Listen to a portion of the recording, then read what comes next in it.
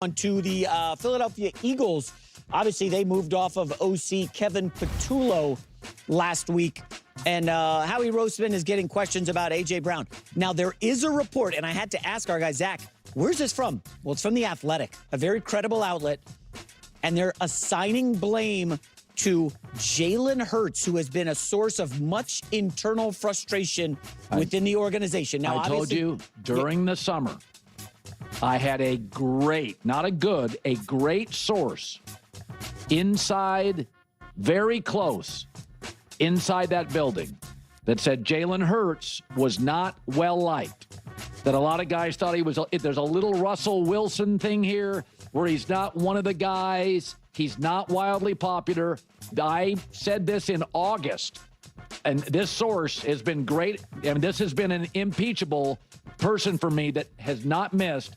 He said, keep your eye on Hurts if they struggle. There's a lot of pushback in that locker room. He's not, one of the great things Tom Brady did, maybe better than any great player ever at quarterback. Everybody liked Tom. There's never been a bad word from a player. Like young guys, old guys, Randy Moss leaves, still loves Tom. There is value in just connecting with everybody, and there's a feeling, we've seen it with Russell, there's a feeling, I love Jalen Hurts. I think he's a really good guy. I'm not in that locker room. But my source was pretty direct and said, it's not all roses in that locker room, and Hurts can turn some players off. Yeah, so they're looking at Brian Daboll as the offensive coordinator. Here's the only problem with that. The Buffalo Bills job that just opened, you know who led Josh Allen to becoming a superstar? Brian Daboll. I think he's got to be a strong candidate, Jim and Joe Brady, for that. And now, go ahead. And the other thing is, if he took the Philadelphia job, he'd be great. But that would just mean Sirianni keeps his job. Yeah. And then Daboll moves on in a year to the Jets or wherever. Right. If Buffalo's available, you take Buffalo, period. All right. I'm going to refrain from launching into a full-blown Buffalo tirade right now. My focus is going to remain squarely on the Eagles. Look, it's just fascinating to observe the current discourse. Colin was discussing the playoff games this past weekend, emphasizing how the teams that avoided turnovers emerged victorious. A perfect 4-0 record for those who won the turnover battle. He spoke about the critical importance of ball security, all of that. And yet, this is the same style of play for which he relentlessly criticized the Eagles all season long. Here's the kicker. Jalen Hurts and the Philadelphia Eagles did not commit a single turnover, and they still lost to the 49ers because the team, as a collective, failed to execute at a high enough level. That failure cannot be laid at Jalen Hurts' feet. You can certainly argue that Jalen Hurts is a point of frustration. He may not be everyone's cup of tea. Contrast him with what Tom Brady excels at, and yes, we're using the GOAT as our benchmark again, and the comparison feels strained. It's a difficult parallel to draw. I understand why Jalen Hurts grates on some people. I've addressed this previously. I get it. My own personality is starkly different from Jalen Hurts's. I'm the sort of individual who tends to find common ground with anyone. It's my natural disposition, and it was further honed by my formal training as a counselor, which involved developing the ability to connect with, comprehend, and interpret people on a profound, almost intimate, emotional level. It's simply part of my innate wiring. Consequently, I can perceive how someone like Jalen Hurts might rub others the wrong way. However, what must also be acknowledged is that Jalen Hurts is a grown man. That's a significant part of the equation. Consider Russell Wilson. He undeniably engaged in behavior that genuinely irritated people. He could have handled certain situations better. There was a hint of a diva mentality at times. Yet, some of that friction also arose simply because he, too, is a mature adult with his own ways.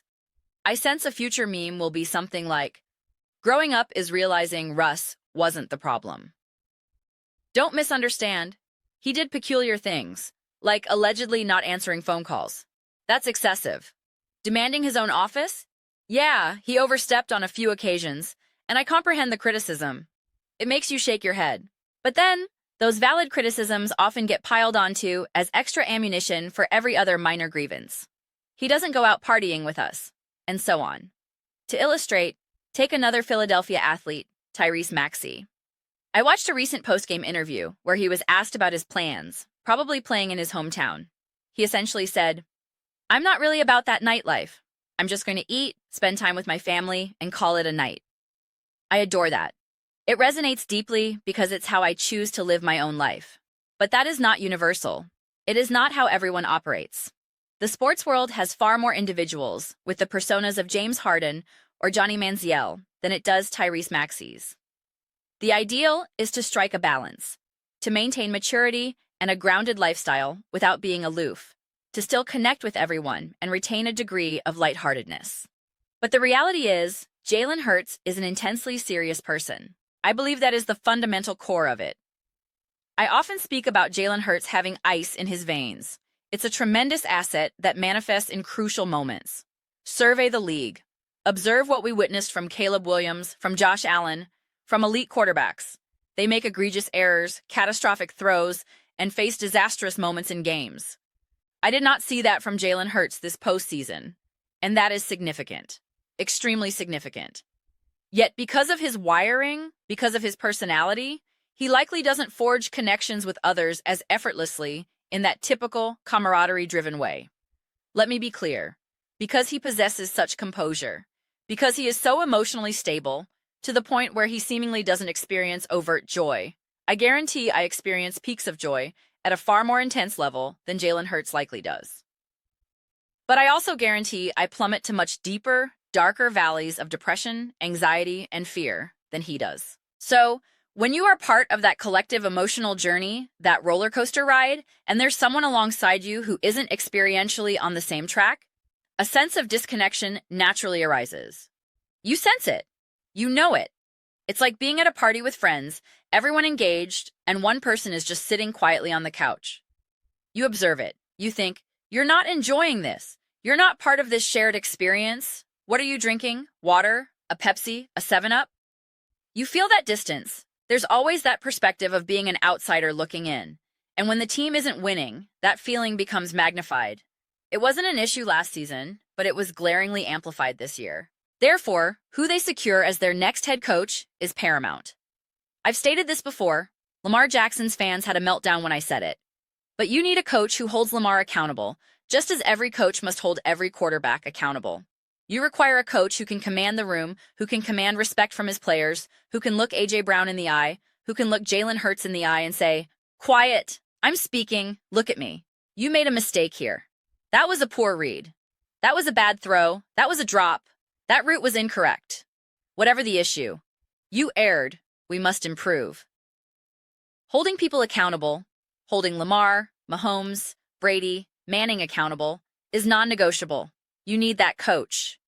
No all-time legend achieved greatness without such accountability. If you believe Phil Jackson didn't hold Kobe Bryant or Michael Jordan accountable, you are delusional. You simply do not grasp the dynamics. If you believe Bill Belichick did not hold Tom Brady accountable, you are delusional.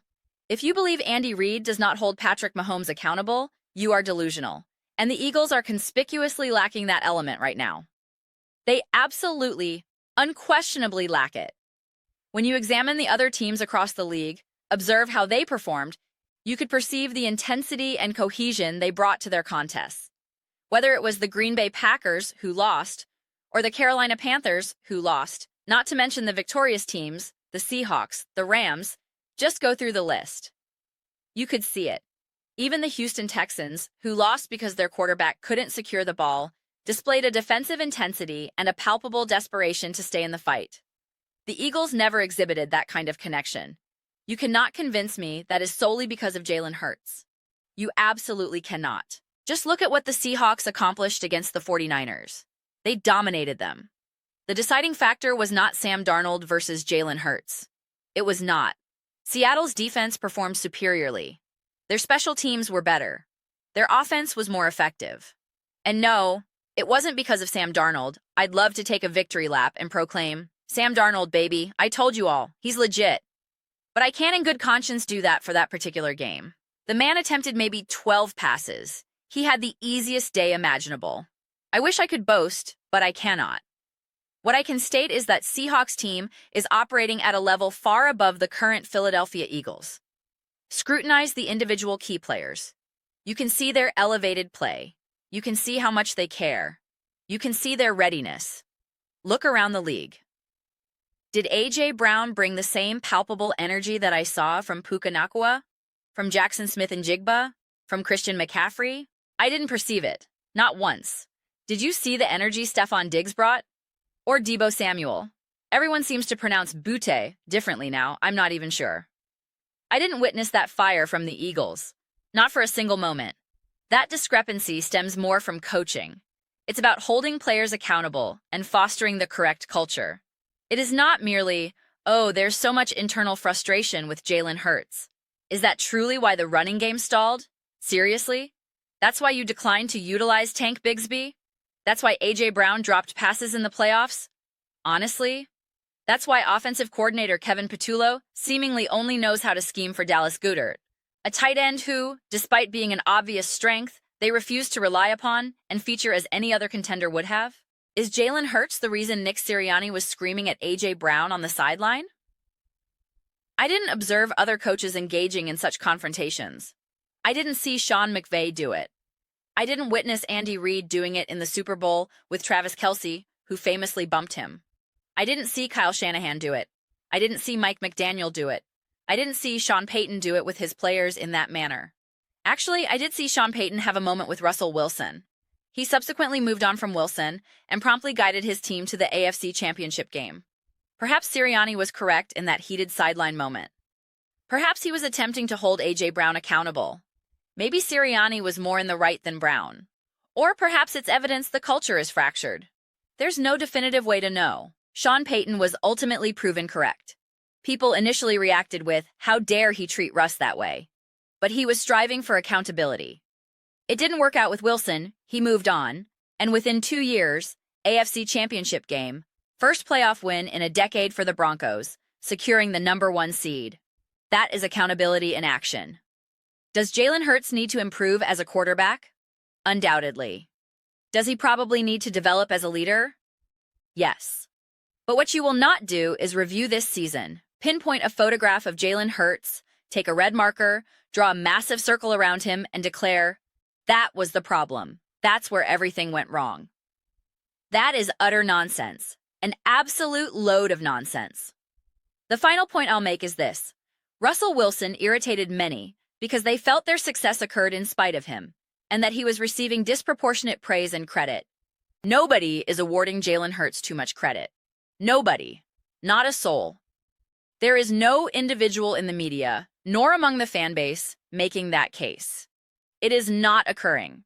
There is zero chance that teammates like Cooper Kupp, Devonta Smith, or Hassan Reddick are sitting there thinking, man, Jalen is getting too much acclaim for our success. That scenario is not playing out. But examine the successful coaches in the playoffs. Look at the great moments their teams rose to meet. The Eagles lacked that essence this year. They lacked the culture. They lacked the intensity. They lacked the intentionality. They lacked the connection on both offense and defense. They made errors. They simply were not adequate.